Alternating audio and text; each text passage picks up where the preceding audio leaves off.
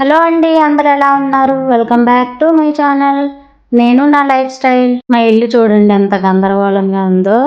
బయట ఉన్న ధూళి మొత్తం కూడా మా ఇంట్లోనే ఉంది. ఎందుకు అంటే రీసెంట్గా బోరు వేయించుకున్నాం కదా, అప్పుడైతే ధూళి మొత్తం లోపలికి వస్తుంది. ఇల్లు మొత్తం చాలా గందరగోళంగా తయారైంది. అస్సలు చూడబుద్ధి కావట్లేదు. అందుకని ఏది కానీ టైంలో డీప్ క్లీనింగ్ అయితే చేయవలసి వచ్చింది. నార్మల్గా మేము సంక్రాంతికి ఒకసారి చేసుకుంటాము. నెక్స్ట్ అయ్యప్ప స్వామి మాలలు వేస్తారు కదా, మాలలు వేసే ముందు కూడా ఇలాగే డీప్ క్లీనింగ్ అయితే చేసుకుంటాము. అలాంటిది ఇప్పుడు అనుకోకుండా చేయాల్సి వచ్చింది. ఇప్పుడు కూడా లాస్ట్ సండే ఇంటి దగ్గర పిల్లలకి హాలిడేస్ ఉన్నాయి కదా, సమ్మర్ హాలిడేస్ జూన్ వరకు ఉంటాయి కదా, ఈ లోపు పాప కూడా హెల్ప్ చేస్తాను క్లీన్ చేసేద్దాము అంది. అందుకని అయితే లాస్ట్ సండే పాప నేను కలిపి క్లీనింగ్ అయితే స్టార్ట్ చేస్తాము. ఎప్పుడు కూడా నాకు తోడు ఒక మనిషిని పెట్టుకుని అయితే క్లీన్ చేసుకునేదాన్ని. ఇప్పుడైతే ఎవరు రావడం లేదు. ఎందుకు అంటే ఎండకు భయపడి రావడం లేదు. దానికి తోడు ఇప్పుడు చెరువు పనులు ఉన్నాయి కదా, విలేజ్లో వాళ్ళు అయితే ఎక్కువగా మార్నింగ్ చెరువు పనికి వెళ్ళిపోయి 10కి అయితే వచ్చేస్తారు. ఈ పనికి వస్తే కనుక మార్నింగ్ నుంచి ఈవినింగ్ వరకు ఉండిపోవాలి కదా, అందుకని అయితే ఎవరు రాలేదు. ఇప్పుడు చేసుకోకపోతే అసలు మనసు కుదురుగా ఉండట్లేదండి. ఇల్లు ఎప్పుడు చేయాలి అని ఇటువైపే ఇది క్లీనింగ్ చేసుకునేంత వరకు మనసు మొత్తం పాడైపోయినట్టు అయిపోతుంది. అందుకని అయితే మా హరిణిని కూడా ఇద్దరం కలిపి చేసేసుకుందామని స్టార్ట్ చేసాము. తెల్లవారి లేచిన వెంటనే ఫస్ట్ అయితే వంట చేసేసాను. మనం పని అంతా చేసుకున్న తర్వాత మధ్యాహ్నం వంట చేసుకుందాము అంటే అలసిపోయి అసలు వంట అయితే చేసుకోలేము కదా, అందుకని అయితే ముందుగా వంట అయితే చేసేసాను. తర్వాత రూమ్లో ఉన్న సామాన్లన్నీ కూడా బయట అయితే వేసేసాము. బయట వేసి పేపర్లు మొత్తం క్లీన్ చేస్తున్నాము. మాతో పాటు మాకు కప్ప కూడా హెల్ప్ చేయడానికి వచ్చింది. పాప అయితే బూజులు తుడుతుంది, నేను కూడా చీపురు తీసుకొని బూజులు అయితే తుడిచేస్తున్నాను. మా ఇల్లు వచ్చేసి ఒక బెడ్రూమ్ ఒక హాలే ఉంటుంది, కిచెన్ అయితే లేదు. నేను హాల్లోనే కిచెన్గా కూడా మార్చేసుకున్నాను. మొన్న ఒక బెడ్రూమ్కి కూడా నీట్గా సీలింగ్ అది చేపించి పుట్టి పెట్టించి పెయింట్లు అయితే వేయించుకున్నాము. ఇప్పటి వరకు ఎప్పుడు కూడా పుట్టి కోళ్ళ కదా అని చెప్పి వాష్ చేయలేదు, అంటే కడగలేదు. పైప్ పెట్టి జస్ట్ స్పాంజీలతో తుడిచేవాళ్ళం. ఇంకా నాకు అస్సలు నచ్చడం లేదండి. ఈసారి పైప్ పెట్టేద్దాం అనుకొని స్టార్ట్ చేశాను. బూజులు దులిపే కర్ర ఉంటుంది కదా, దాంతో కంటే నాకు ఈ చీపురుతోటే తుడవడం ఎక్కువగా నచ్చుతుంది. ఎందుకో ఆ బూజుల కర్రతో తుడుస్తుంటే చేయి నొప్పి వస్తుంది తప్ప బూజులు ఎక్కువగా వచ్చిన ఫీలింగ్ రాదు. అందుకే చీపురుతోటే ఎక్కువగా తుడుస్తూ ఉంటాను.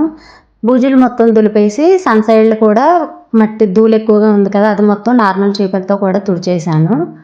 ఇప్పుడు మంచం ఇవన్నీ కూడా క్లీన్ చేసేసి తర్వాత పైప్ పెట్టేద్దామని చెప్పి ఈ సోఫా మంచాలు కూడా వాటర్ తోటే కడిగేస్తాను. పైన మొత్తం బూజులు మొత్తం తుడిచేసి ధూళి మొత్తం తుడిచాక గచ్చు కూడా క్లీన్ చేసేస్తున్నాను. ఎందుకంటే గచ్చు మీద మట్టి మొత్తం వాటర్ పడితే కనుక కడుక్కోవడం చాలా కష్టం అయిపోద్ది. ముందు పొడిగా ఉన్నప్పుడు ఒకసారి మట్టి మొత్తం తుడిచేసుకున్నాము అంటే తర్వాత వాటర్ కొట్టినప్పుడు కొంచెం సులభం అవుతుందని చెప్పేసి ముందైతే చీపురుతో మొత్తం గచ్చు కూడా క్లీన్ చేసేసాను.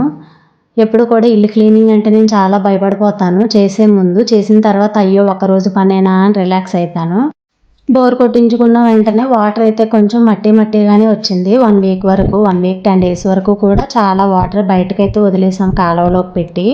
ఇంకా మంచి వాటర్ అయితే రాలేదు. ఇంక ఈ క్లీనింగ్తో కూడా చాలా వాటర్ మేము వేస్ట్ చేసాము. ఎందుకంటే వాటర్ ఇంకొంచెం ఎర్రగానే వస్తుంది, ఇంకా తెల్లగా అయితే రావట్లేదు. తాగడానికి అయితే వీలు అవ్వట్లేదు. ఇలా కడుక్కోవడానికి గిన్నెలు తోముకోవడానికి అయితేనే వాటర్ బాగుంటుంది. చూడాలి ఎన్ని రోజులకి మంచి వాటర్ వస్తుందో. నెక్స్ట్ రూమ్ మొత్తం కడిగేసాను. గచ్చు మొత్తం కూడా కడిగేస్తున్నాను. గచ్చు మొత్తం క్లీన్ చేసి ముగ్గు పెట్టేసుకొని ఫ్యాన్ వేసాము అంటే కనుక మొత్తం ఆరిపోతాయి కదా.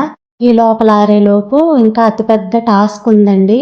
సామాన్లు తీసి బయట వేయడం ఒక పని, కడగడం అయితే ఎంతో పని కాదనిపిస్తుంది. ఈ గచ్చులు కడుక్కునేటప్పుడు పైనుంచి వాటర్ ఫాస్ట్గానే వచ్చేస్తుంది.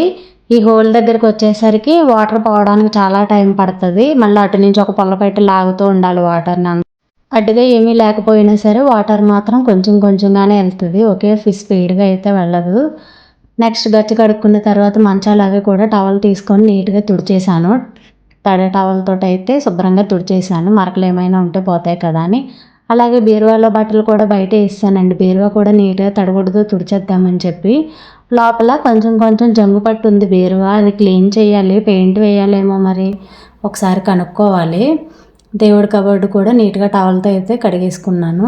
వాటర్ కొట్టేసాను కదా, టవల్తో అయితే తుడిచేసాను.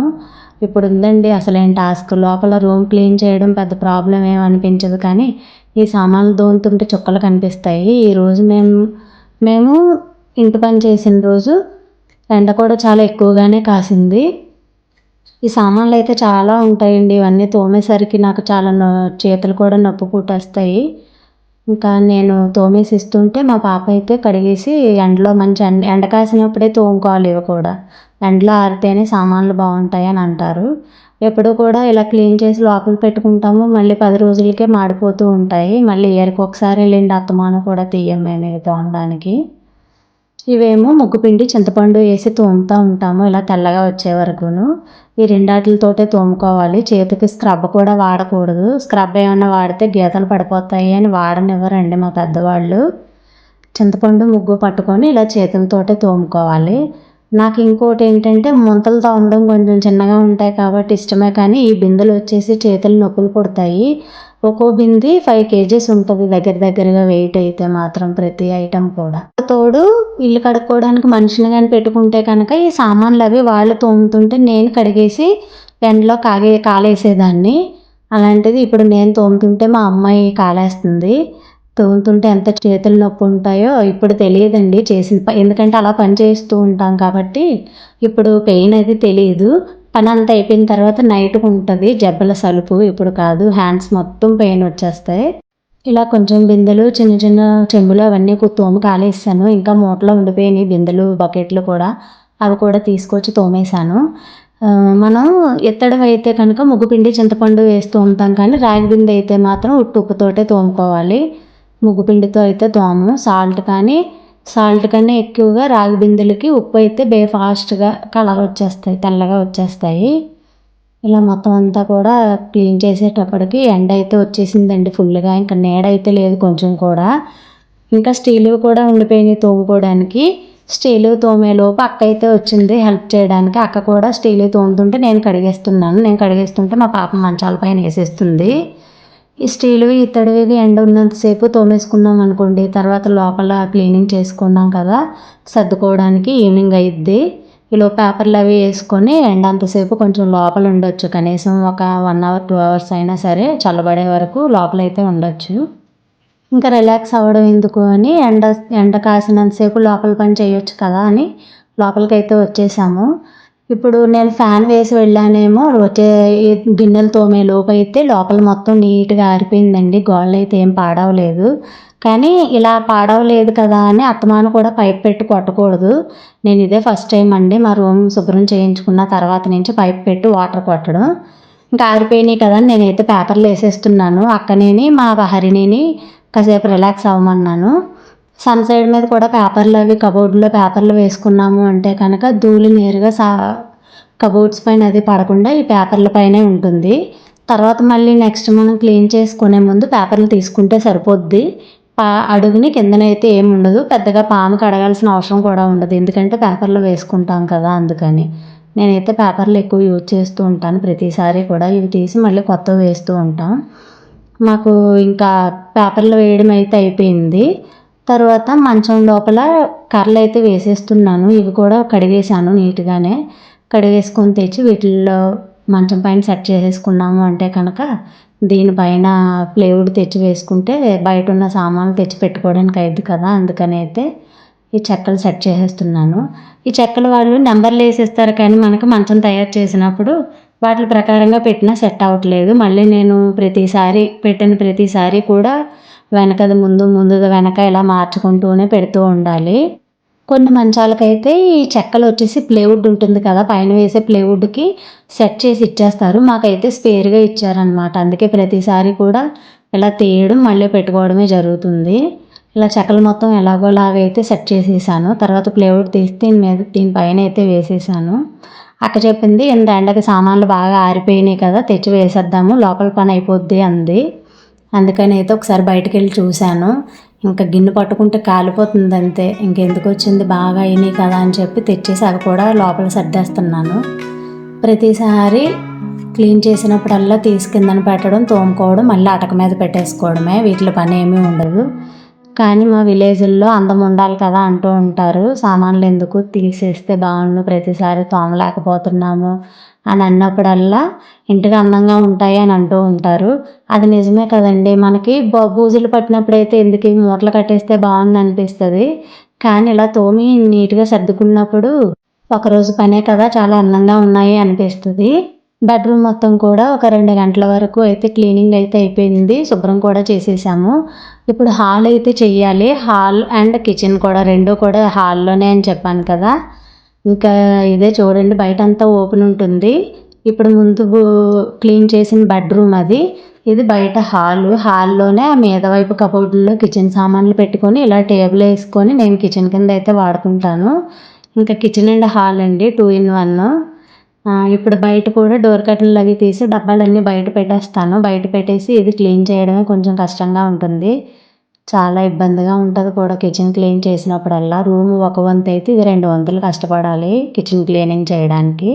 ఇల్లు క్లీనింగ్ ఎప్పుడు పెట్టినా సరే నేను హాలిడేస్ టైంలోనే పెడతాను. సంక్రాంతి టైంలో కూడా పాపకి సంక్రాంతి హాలిడేస్ ఇస్తారు కదా, అప్పుడే పెడతాను. ఎందుకంటే హెల్ప్ చేస్తుంది కదా అని. ఈ డోర్ కర్టెన్స్ కూడా నేను ఎక్కువగా కొనలేదండి. మన దగ్గరికి క్లాతులు అవి తీసుకొస్తారు కదా, క్లాతులు తీసుకొచ్చినప్పుడు ఇలాంటి పెద్ద పెద్ద క్లాతులు వేస్ట్ చేసేయమంటారు. ఇవి వేస్ట్ చేయడం ఎందుకు అని చెప్పి నేను పక్కన పెడతాను కదా, అవి తీసుకొచ్చి డోర్ కర్టెన్స్ అయితే కుట్టేస్తాను. మాకు మిషన్ షాప్ ఉంది అన్న పేరే కానీ విలేజ్లో ఎలా ఉంటుందంటే అందరూ కూడా చాలా సరదాగా ఫన్నీగా ఉంటూ ఉంటారు. ఇంకా డోర్ కర్టెన్స్ అది కొనడం ఇష్టమే ఉంటుంది కానీ చాలా డబ్బులు వేస్ట్ అయిపోతాయి. ఎందుకులే అంత అవసరమా, మనకి ఇంటి దగ్గరికే కదా అని చెప్పి ఇలాంటి వేస్ట్ క్లాతులు అవి డోర్ కర్టెన్స్ కింద సెట్ చేసేస్తాను. అలాగే కిచెన్ వేర్ కూడా చాలాగే కొనుక్కోవాలి కానీ కొంచెం కొంచెం డబ్బాలు అవి కూడా మాకు ఎక్కువగా ఇక్కడ పెద్ద పిల్లలు అయినప్పుడు మేము ధాన్యం అది పట్టుకెళ్తూ ఉంటాము అక్కడికి పసుపు రాసుకోవడానికి పిలిస్తే. అలాంటప్పుడు ఇచ్చిన డబ్బాలే ఉంటాయి మా ఇంటి దగ్గర చాలా. వాటిలో అవే యూజ్ చేస్తాను ఎక్కువగా. కొనాలి అనుకుంటాను కానీ ఇంకెందుకులే ఇన్ని డబ్బులు పెట్టి అవసరమా, ప్రస్తుతానికి ఉన్నాయి కదా అని చెప్పి కొనడానికైతే ఎక్కువగా చూడను. ఉన్న డబ్బాలతోటే సరిపెట్టేస్తాను.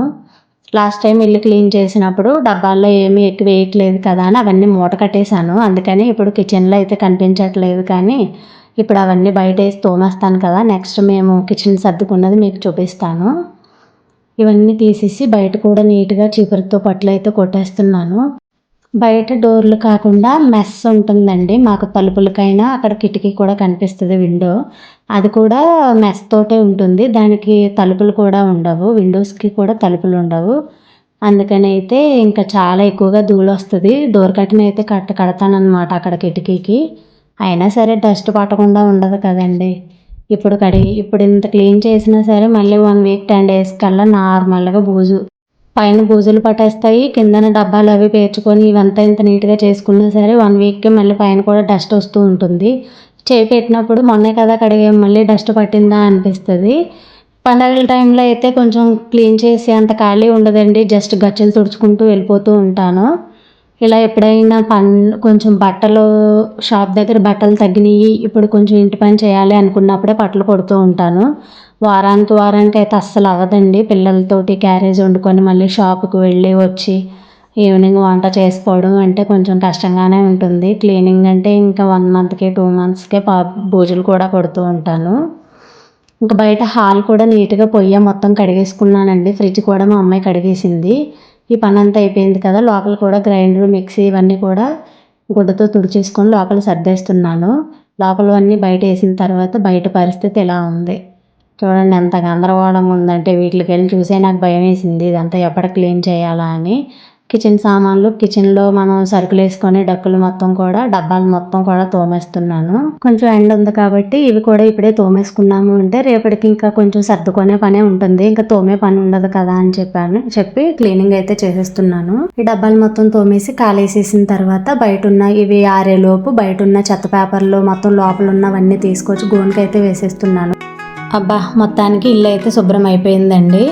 ఈ వీడియో ఎలా ఉందో కామెంట్ చేయడం మర్చిపోవద్దు. ఇలాంటి వీడియోస్ కంటిన్యూ చేయమంటారో లేదో కూడా మీరే చెప్పాలి. అది కూడా ఎలా అంటే ఈ వీడియోని ఇంతవరకు చూసిన వాళ్ళు ఎవరైనా సరే వీడియోకి ఒక లైక్ ఇవ్వడం మర్చిపోకండి. వీడియో అయితే చివరికి వస్తుంది. మరి ఉంటానే.